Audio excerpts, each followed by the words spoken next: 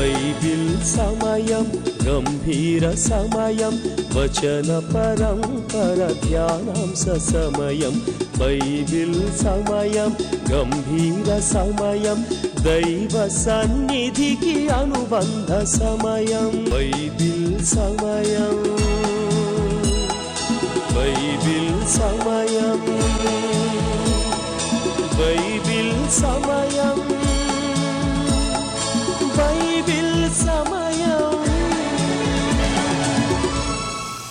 నీ జీవితంలో ప్రతి భయపడే పరిస్థితి నుంచి విడుదల దయచేయగలిగిన క్రీస్తు అతి పరిశుద్ధమైన నామాన్ని బట్టి మీ అందరికీ శుభాశిష్యులు. ఎలా ఉన్నారు? బాగున్నారా? మన జీవితాల్లో జంకే పరిస్థితులు, భయపడే పరిస్థితులు ఉన్నప్పటికీ ఆయన మన తోడున్నారు అనే ఆత్మీయ అనుభవంలోకి మనం నడిపింపబడాలి అని అంటే ఈ రక్షణ సువార్త విని రక్షణ పొందాలి. ఇంత గొప్ప సత్యాన్ని ఈ తల్లి గారు, మా ప్రియులు, మా ఆప్తులు తల్లి కౌశల్యమ్మ గారు, వారి నవాబ్పేట్ నెల్లూరు డిస్టిక్ వాస్తవ్యులు, తను గ్రహించి సర్వలోకం తెలుసుకోవాలని తను వెళ్ళలేకపోయినా వెళ్ళేలాంటి యేసు అనుచల పరిచర్యను ప్రోత్సహించిన విధానాన్ని బట్టి దేవుడికి స్తుతులు స్తోత్రాలు చెల్లించుకున్నాం.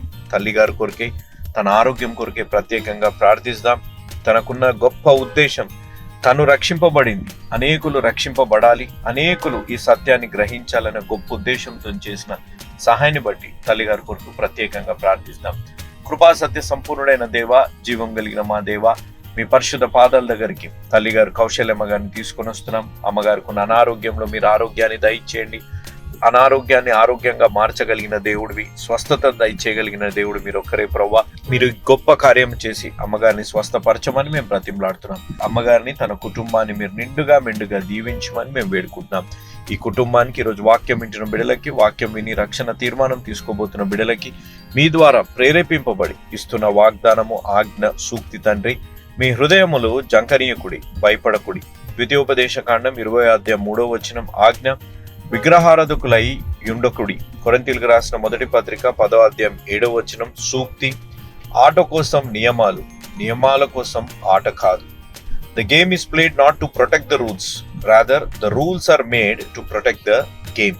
తండ్రి, ఈ సూక్తి మా జీవితాల్లో ఆత్మీయ మేల్కొల్పు తెచ్చి యాజ్ఞానుసారంగా జీవించి వాగ్దానాన్ని మేము స్వతంత్రించుకునే ఆత్మీయ అనుభవంలోకి నన్ను, మమ్మల్ని, ఈ వాక్యం వింటున్న బిడ్డలని, వాక్యం విని రక్షణ తీర్మానం తీసుకోబోతున్న బిడ్డల జీవితాలు మీరు నెరవేర్చి, బలపరిచి, దీవించి, ఆశీర్వదించమని, ప్రాముఖ్యంగా ఈ వాక్యం విని రక్షణ పొందబోతున్న బిడ్డల జీవితాల్లో మీరు ఏ భయాలున్నా తొలగించమని, కౌశల్యమ్మ గారి జీవితాల్లో కూడా భయాన్ని తొలగించి, కుటుంబాన్ని ధైర్యపరిచి, అమ్మగారి సంపూర్ణ స్వస్థతను దయచేయమని బ్రతిమలాడుతూ యేసు నామం అడిగి వేడుకుంటున్నాము తండ్రి, ఆమేన్.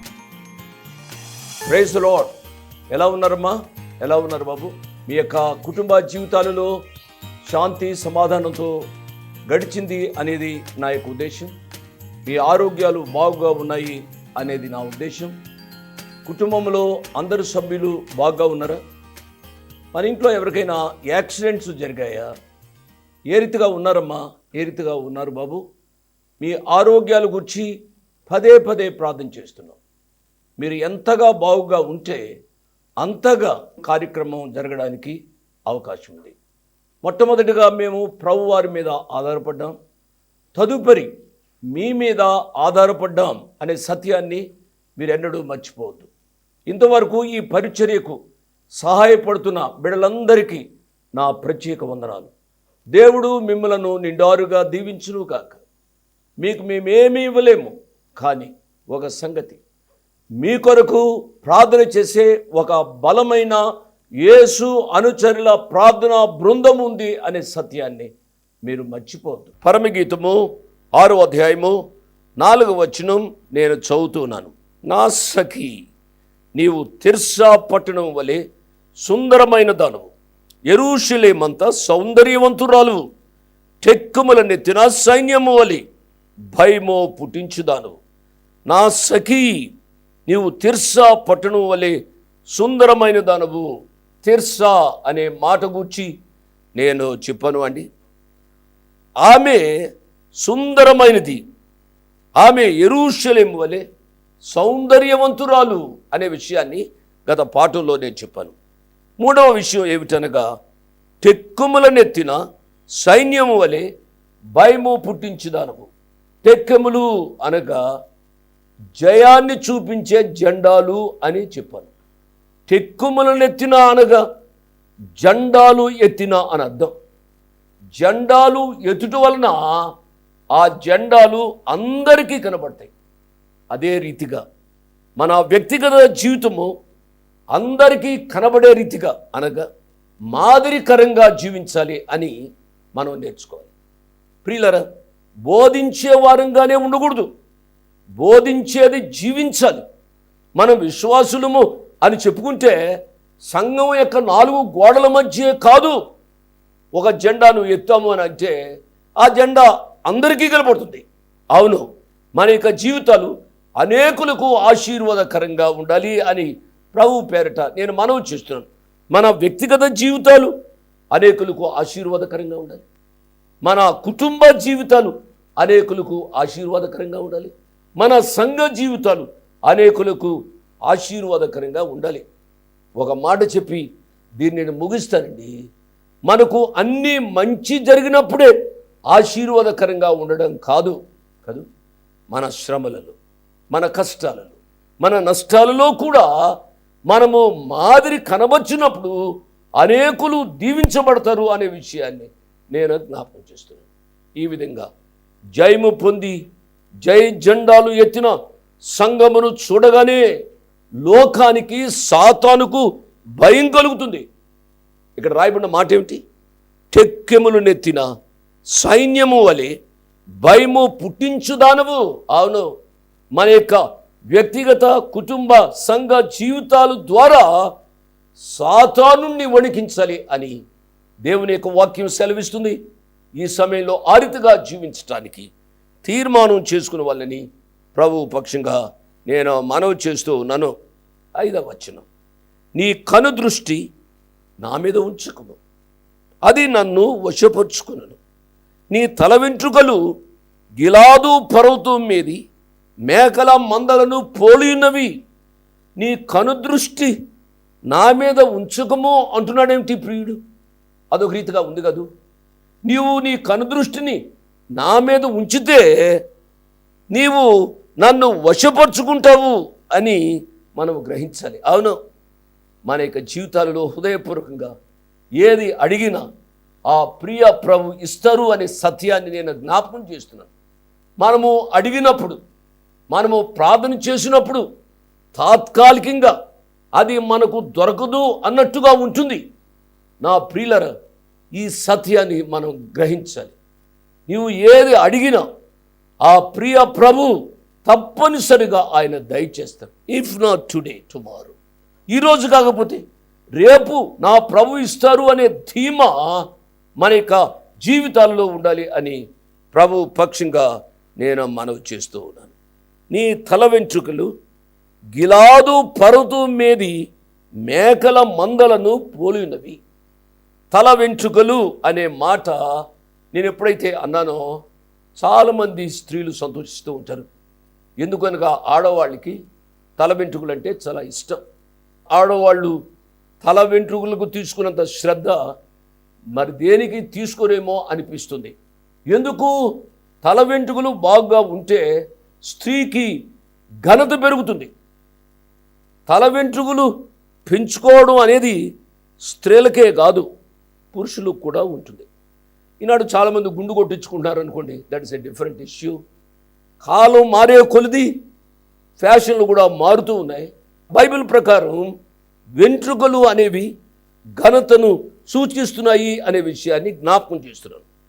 తల వెంట్రుకలు పెంచుకోవడం ఒకటి ఘనతకు సూచన, రెండవది తల వెంట్రుకలు దేవుని చిత్తానికి లోబడడం అనే దానికి సూచన.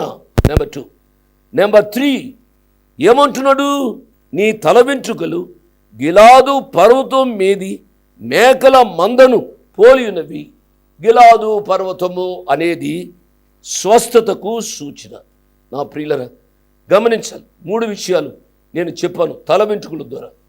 తల వెంట్రుకలు ఘనతకు సూచన, తల వెంట్రుకలు దేవుని చిత్తానికి లోపట్టానికి సూచన, తల వెంట్రుకలు స్వస్థతకు సూచన అనే విషయాన్ని జ్ఞాపకం చేస్తున్నాను. దేవుని చిత్తాన్ని గ్రహించిన వారు ఆధ్యాత్మిక ఆరోగ్యాన్ని కలిగి ఉంటారు. అంత మాత్రమే కాకుండా వారు ఆధ్యాత్మిక ఆరోగ్యంగా జీవించున్నాడు వారికి వ్యక్తిగత ఘనత కూడా లభిస్తుంది అనే విషయాన్ని జ్ఞాపకం చేస్తున్నాం. నువ్వు భక్తిగా యథార్థంగా జీవిస్తూ ఉంటే నిన్ను గౌరవించని వారు ఎవరుంటారండి? చెప్పేది ఒకటి చేసేది ఒకటిగా ఉంటేనే మనుషులు మనల్ని గౌరవించరు. కానీ చెప్పేదానిని జీవించగలిగితే మనుషులు తప్పనిసరిగా గౌరవిస్తారు అనే విషయాన్ని నేను జ్ఞాపకం చేస్తున్నాను. 6-7 వచనాలు. నీ పలువరుస కత్తెర వేయబడినవి కడుగబడి అప్పుడే పైకి వచ్చినవినై జోడు జోడు పిల్లలు కలిగి ఒకదానినైనా పోగొట్టుకొనక సుఖముగానున్న గొర్రెల కదుపులను పోలినవి.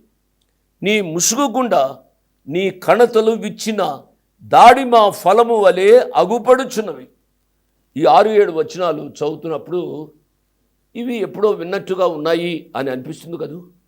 4వ అధ్యాయంలో ఈ విషయాలు నేను చెప్పాను. 4వ అధ్యాయాన్ని మీరు చూడండి. పరమగీతం 4వ అధ్యాయము 2వ వచనాన్ని చూడండి. నీ పలువరుస కత్తిరి వేయబడినవి కడుగుబడి అప్పుడే పైకి వచ్చినవినై జోడు జోడు పిల్లలు కలిగి ఒకదానినైనా పోగొట్టుకొనక సుఖముగానున్న గొర్రెల కదుపులను పోలినవి. నీ పలువరుస అనే మాట మనం ధ్యానం చేయవలసి వస్తే పళ్ళలో 2 వరుసలు ఉంటాయి. ఒకటి పైది, రెండవది కిందది. అంటే ఒకటి కదిలేది, రెండవది కదలంది. కదిలే వరుస అస్థిర జీవితానికి సాదృశ్యం. జాగ్రత్తగా వినాలి. శ్రమలు, కష్టాలు, నష్టాలు, హింసలు మన యొక్క జీవితాల్లో వచ్చినప్పుడు ఏమి దేవుళ్ళే అని అస్థిరమైన జీవితాన్ని జీవిస్తూ ఉంటాం కదూ. కొంతమంది మొదట్లో బాగానే జీవిస్తారు. యేసు ప్రభువుని నమ్ముకున్నాము, యేసు ప్రభువుని నమ్ముకున్న తర్వాత మా జీవితాల్లో చాలా మేళ్ళు చేశాడు, ఫలానా రోగం పోయింది, ఫలానా కష్టం పోయింది, ఫలానా నష్టం తీరింది అని చెబుతూ ఉంటారు. మరలా కొద్ది కాలానికి జీవితంలో కష్టాలు నష్టాలు వచ్చినప్పుడు ఏమి దేవుళ్ళే, ఏమి యేసయ్యలే అన్న రీతిగా అస్థిర జీవితాన్ని జీవిస్తూ ఉంటారు. ఆ రీతిగా జీవించకూడదు అనే విషయాన్ని నేను జ్ఞాపకం చేస్తున్నాను. ఒక దినంలో పగలుంటుంది, చీకటి ఉంటుంది. అదే రీతిగా జీవితంలో కష్టాలు ఉంటాయి, సుఖాలు ఉంటాయి, జీవితంలో ఎత్తులు ఉంటాయి, ఫలాలు ఉంటాయి. ఈ సత్యాన్ని గ్రహించాలని ప్రభువు పక్షంగా నేను మనవి చేస్తూ నన్ను రోమిలకు రాసిన పత్రిక 8వ అధ్యాయము 35వ వచనం నుంచి క్రీస్తు ప్రేమ నుండి మనను ఎడబాపువాడెవడు? శ్రమ అయినను, బాధ అయినను, హింస అయినను, కరువు అయినను, వస్త్రహీనత అయినను, ఉపద్రవమైనను, ఖడ్గమైనను మనను ఎడబాపునా? అవును. మన యొక్క జీవితాలలో ఎన్ని కష్టాలు వచ్చినప్పటికీ కూడా మనము కదలని వారంగా ఉండాలని ఈ సమయంలో మనము గ్రహించాలి. అందుకనే పౌలు గారు కొరింథీ సంఘానికి రాస్తూ ఇంకొక మాట చెప్పారు. కొరింథీయులకు రాసిన మొదటి పత్రిక 15వ అధ్యాయము 58వ వచనం. కాగా నా ప్రియ సహోదరులారా, మీ ప్రయాసము ప్రభువునందు వ్యర్థము కాదని ఎరిగి స్థిరులను, అండర్లైన్ దట్, కదలని వారును ప్రభు కార్యాభివృద్ధి యందు ఎప్పటికీ ఆసక్తులైండి. మన జీవితాల్లో ఆయా సమయాల్లో అమ్మా బాబు జాగ్రత్తగా వినండి, కష్టాలు నష్టాలు వస్తాయి, శ్రమలు వస్తాయి, అనారోగ్యాలు వస్తాయి. ఇటువంటి పరిస్థితుల్లో కదలని వారంగా స్థిరులుగా ఉండాలి అని దేవుని యొక్క వాక్యం సెలవుస్తుంది. యేసు ప్రభు వారు కొండ మీద ప్రసంగంలో ఈ రీతిగా చెప్పారు. మత్తయి సువార్త 7వ అధ్యాయము 25వ వచనంలో చూస్తే ఈ రీతిగా ఉంది. కాబట్టి ఈ నా మాటలు విని వాటి చొప్పున చేయు ప్రతి వాడును బండ మీద తన ఇల్లు కట్టుకొనిన బుద్ధిమంతుని పోలి ఉండెను. వాన కురిసెను, వరదలు వచ్చెను, గాలి విసిరి ఆ ఇంటి మీద కొట్టెను, గాని దాని పునాది బండ మీద వేయబడిన గనుక అది పడలేదు. అంటే స్థిరముగా ఉంది అనే విషయాన్ని నేను జ్ఞాపకం చేస్తున్నాను. ఈ సమయంలో వాక్యం వింటున్నా ప్రియ విశ్వాసులరా, స్థిరమైన జీవితాన్ని, కదలని జీవితాన్ని జీవించడానికి తీర్మానం చేసుకుందాం. అందుకునే కీర్తనాకారుడు ఈ రీతిగా అన్నాడు. 125వ కీర్తన చూడండి, ఆ మాటను నేను చదువుతాను. మొదటి వచనం, యెహోవాయందు నమ్మిక ఉంచువారు కదలక నిత్యము నిలుచు సియోను కొండవలే ఉందురు. దేవుని నామానికి స్తోత్రం.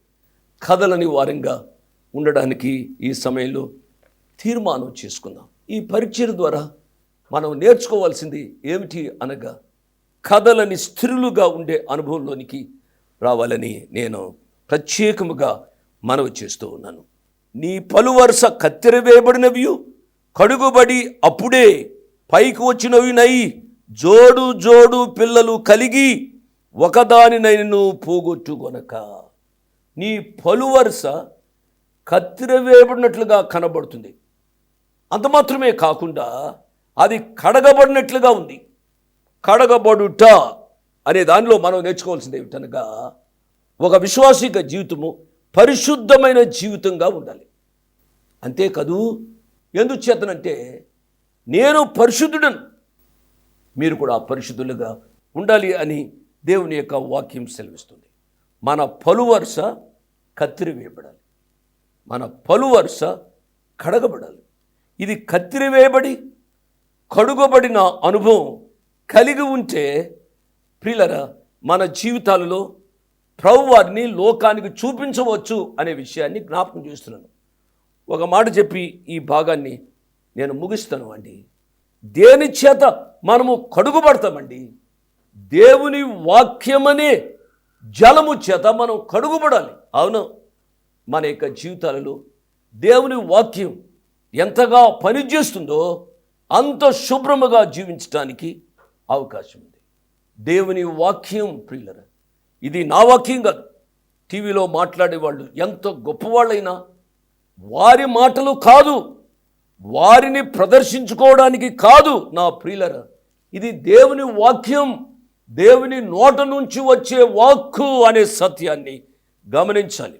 హెబ్రీయులకు రాసిన పత్రిక 4వ అధ్యాయం 12వ వచనంలో ఈ రీతిగా వ్రాయబడి ఉంది. హెబ్రీయులకు రాసిన పత్రిక 4వ అధ్యాయము 12వ వచనాన్ని క్విక్గా చూడండి.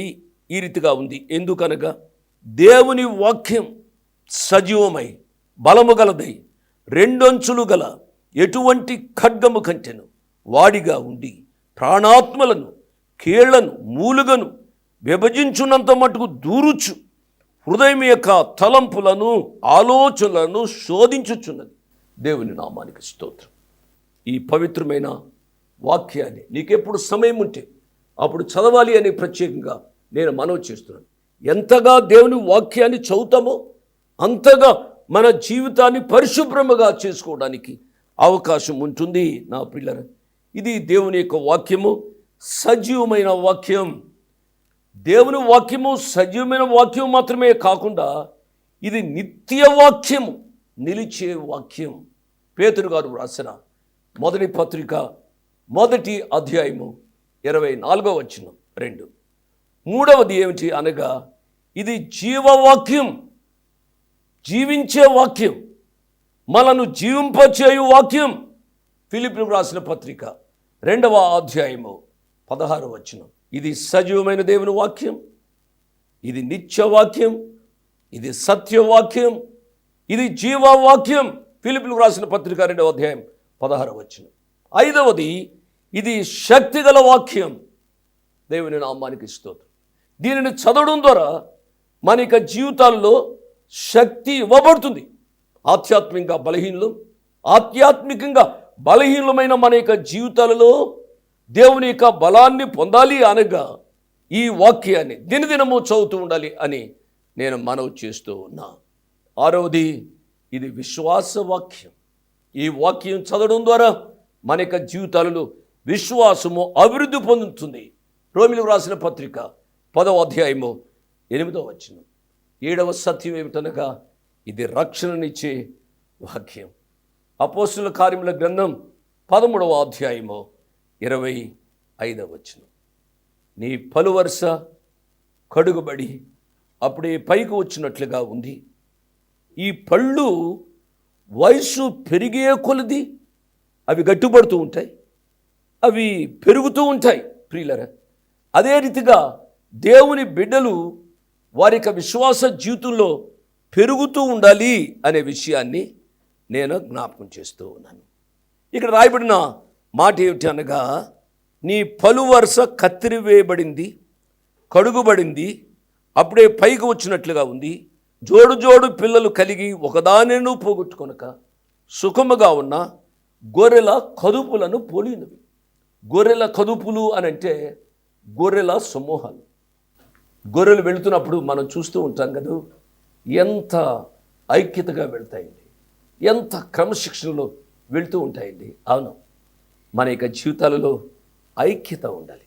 మన కుటుంబంలో ఐక్యత ఉండాలి, మన సంఘాలలో ఐక్యత ఉండాలి, మన వ్యక్తిగత జీవితంలో క్రమశిక్షణ ఉండాలి, మన కుటుంబ జీవితంలో క్రమశిక్షణ ఉండాలి, మన సంఘ జీవితంలో క్రమశిక్షణ ఉండాలి అని ప్రభు పేరిట నేను జ్ఞాపకం చేస్తూ ఉన్నాను.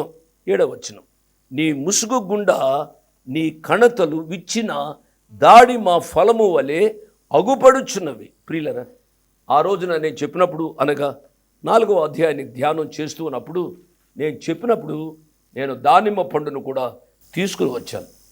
మీలో ఎంతమంది దాన్ని చూచి ఉంటారో నాకైతే తెలియదు, కానీ ఆ దానిమ్మ పండు ఎలా ఉంది? విచ్చిన దానిమ్మ పండు అంటే విడదీసిన దానిమ్మ పండు. అది విడదీయకపోతే మామూలుగా ఏదో గట్టిగా ఉన్నట్టుగా ఉంటుంది, కానీ అది విడదీసినప్పుడు ఎంత అందంగా కనబడుతుంది అండి. ఈ సమయంలో ఈ సత్యాన్ని మీరు అర్థం చేసుకోవాలి. దానిమ్మ పండు వలె మన జీవితాలు అనేకులకు రుచికరంగా ఉండాలి అని ప్రభు పేరిట నేను మనవి చేస్తూ ఉన్నాను. నీ ముసుగు గుండా నీ కణతలు విచ్చిన దాడిమ ఫలము వలె ఉన్నాయి అనగా, దయచేసి అర్థం చేసుకోవాలి. ముసుగు విధేయతకు సూచన. మీకు తెలుసు, నేను ఆల్రెడీ చెప్పాను. ఇస్సాకును చూచిన వెంటనే రిబ్కా విధేయతతో కిందికి దిగి ముసుగు వేసుకుంది. ముసుగు విధేయతకు సూచన. అవును, కుటుంబ జీవితంలో విధేయత ఉండాలి.